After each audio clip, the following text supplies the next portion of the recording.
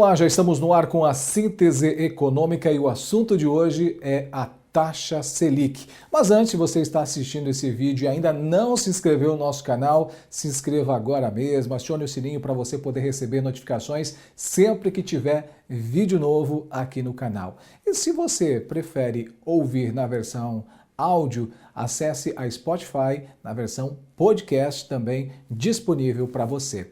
Olha só, na última semana foi anunciada a nova taxa Selic, a taxa que agora passou a ser de 11,75%.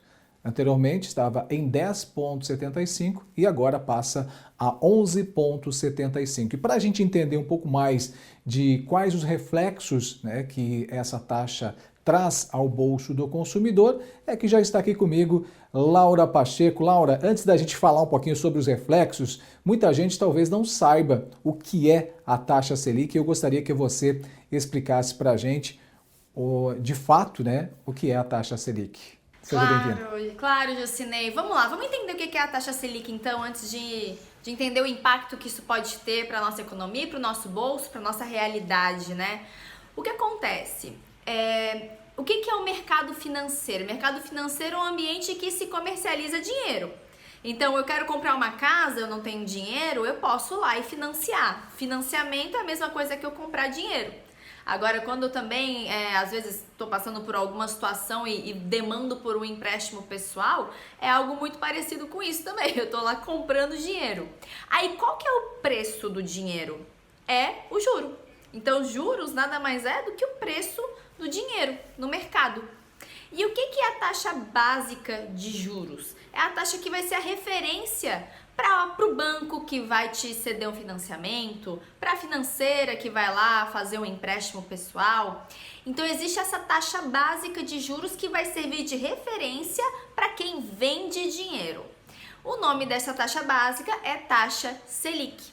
E aí, o Banco Central, ele tá sempre ali de olho em como está a situação econômica, para saber como é que está a inflação, e ele vai adotando mecanismos também de conseguir se manter ali nas suas metas em relação à taxa de câmbio, à inflação e também a questão da taxa de juros. E a taxa de juros é uma ferramenta de conter a inflação.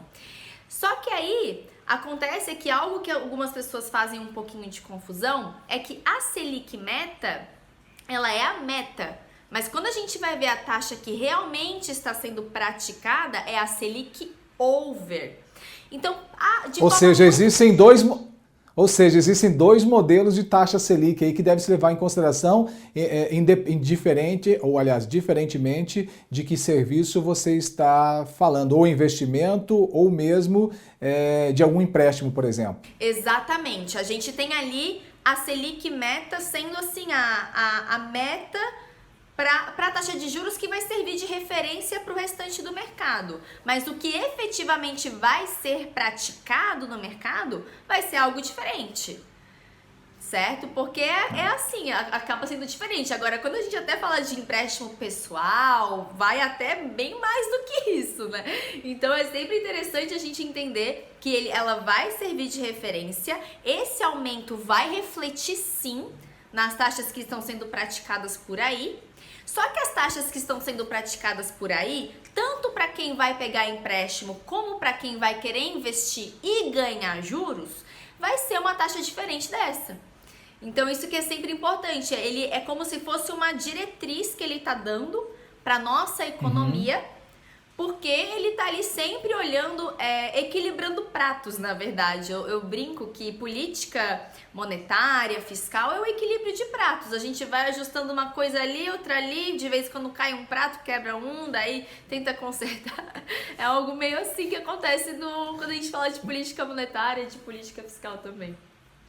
Bom, Laura, e quem define de fato o valor da taxa Selic? É unicamente o Banco Central? Então, na verdade, é o Comitê de Política Monetária, o Copom, que é quem faz essa reunião para poder definir. E claro que tudo está já muito bem articulado com o nosso Ministério da Economia, né? Que é o xerife master de todo o sistema financeiro nacional. Então, que é o Conselho Monetário Nacional, no caso, né? O Conselho Monetário Nacional é o órgão máximo. E claro que toda e qualquer decisão que vai ser feita ali, né, no Copom e tudo mais está muito articulado com o Conselho Monetário Nacional. Então tudo acaba sendo operado meio que junto, até porque o Banco Central, ele não é o responsável por dar as regras, por dizer o que deve ser feito. Ele é mais responsável por fiscalizar, por aplicar as regras, por fazer a coisa acontecer. Mas existem órgãos que estão acima do Banco Central, que tem justamente esse papel de dar as diretrizes, de dizer para onde que o barco tem que caminhar. Bom, a gente ouve com muita frequência o lançamento, né, da taxa Selic, né, e por isso que a gente também consegue observar as mudanças que ocorrem aí durante o ano. O lançamento, né, desse índice é feito, obviamente, mais do que uma vez durante o ano, né? Isso, sim, ele já é divulgado uma agenda das reuniões que vão haver do Copom. E aí o pessoal já fica todo mundo de olho, né? Mas sim, existe uma periodicidade, então isso tudo acontece. Mas curiosamente, Jucinei, algo que eu acho interessante de a gente trazer, que não foi essa a única medida trazida para conter a inflação, até porque o Banco Central, eu peço desculpas, na ata da reunião também foi trazida essa questão de que foi um pouco desacelerada esse aumento, que teve alguns economistas e tudo mais acreditavam que poderia ser um aumento até maior do que para 11,75. E o que acontece? Até esse impacto da taxa de juros na economia efetivamente leva meses para que aconteça.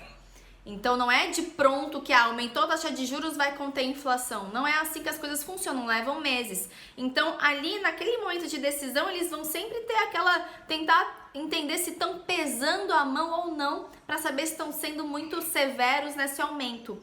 E uma outra atitude que eu achei interessante foi que foi zerado o imposto sobre importação de café moído, margarina, queijo, macarrão, açúcar, óleo de soja e também do etanol. E foi justamente com o objetivo de reduzir ali o impacto que essa inflação tem trazido para o bolso do consumidor. E claro, quando a gente olha assim, pensa, nossa, que ótimo, né? O governo está abrindo mão da sua receita, né, pela população, mas sempre tem a contrapartida, né, Jucinei? Ok, ele está abrindo mão de receita, mas assim, e esse suposto rombo que pode acontecer nos cofres públicos, como que isso vai ser administrado também? Então tem sempre os dois lados da questão, né, de a gente entender que quando a gente tentar afrouxar de um lado, a gente vai ter que penalizar o outro. E a gente não sabe, né, os efeitos que isso pode trazer num prazo um pouco mais longo. Mas é um outro acontecimento que vai chegar no bolso do consumidor. Acredita-se que vai aí baratear cerca de 20 centavos aí o preço do litro aí do combustível. Olha, atualmente a gente está falando aqui que a taxa Selic foi anunciada aí na última semana, está em torno de, ela está a 1,75%. Engraçado que em 2020 se previa para esse mesmo período uma Selic em torno de 4,5%. Agora já se faz uma análise de que ela possa chegar, durante o decorrer desse ano, até 14%. Há alguma vantagem? Quais as desvantagens dessa oscilação? Então, dessa oscilação, eu vejo que é muito importante a gente sempre entender que todos os cenários que a gente olha hoje, eles fazem previsões sem saber o que realmente vai acontecer amanhã. Então, isso é sempre muito importante a gente frisar, Jucinei. Mesmo que a gente faça aqui um super modelo sofisticado, estatístico, com uma projeção para daqui a 5 anos, ele tem grandes chances de errar e errar feio. Por conta de questões que acontecem como uma guerra, como uma pandemia e que a gente não consegue prever estatisticamente. E de fato, por que é tão discrepante quando a gente olha uma previsão que está lá atrás do que acontece hoje? Porque a previsão lá atrás, ela está também querendo ali trazer perspectivas do como que eu vou me posicionar, qual direcionamento eu vou ter. Só que acontece que o cenário que eu vou viver lá na frente vai ser um completamente diferente e eu vou ter que me adaptar e correr atrás de ver o que eu tenho que fazer para segurar as pontas. Então, De fato, toda vez que a gente vê lá até o boletim Focus, que é anunciado pelo Banco Central, ele traz sempre essas perspectivas. Ele traz quanto vai ser a inflação, quanto vai ser a taxa de juros. Só que elas são as perspectivas com as informações que ele tem hoje.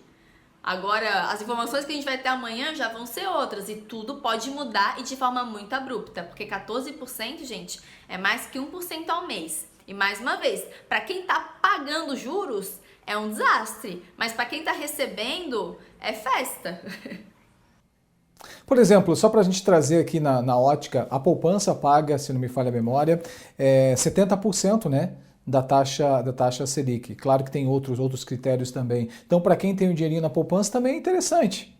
Extremamente interessante encontrar outras formas de investimento, porque a poupança, ela tem uma metodologia de cálculo que acaba, né, deixando o investidor em desvantagem, mesmo em cenários de taxas de juros mais altas. Só que, claro, as grandes diferenças, quando eu faço uma opção por uma poupança ou por um outro investimento, eu vejo a grande diferença num prazo mais longo. Nos primeiros meses, em geral, os investidores não veem tanta diferença, mas depois de um prazo longo, a diferença é muito grande, viu, Jucinei? Entre investir na poupança e investir em outros tipos de investimento que vão trazer aí uma rentabilidade mais alinhada com essa taxa de juros que a gente está vendo aí. Bom, Laura, obrigado pelas informações. Fica a dica aí, quem precisar, infelizmente, de fazer algum tipo de financiamento, empréstimo, as taxas de juros podem pesar aí no bolso. Então, é importante tomar bastante cuidado nisso. Obrigado pelas informações. Esse foi o nosso encontro semanal. Na próxima semana a gente tem um novo encontro aqui com mais informações sobre o cenário econômico. Obrigado, Laura. Imagina, Jucinei, eu que agradeço. Ok, então, mais uma síntese econômica e hoje a gente falou aqui sobre a taxa Selic, que está em 11,75. Você entendeu um pouco de como ela reflete aí no seu bolso. Lembrando que se você ainda não é inscrito no nosso canal, faça isso agora mesmo, acione o sininho para receber notificações sempre que tiver vídeo novo e corre também lá no Spotify e ouça a gente na versão podcast. Nós temos um novo encontro na próxima semana e eu espero você.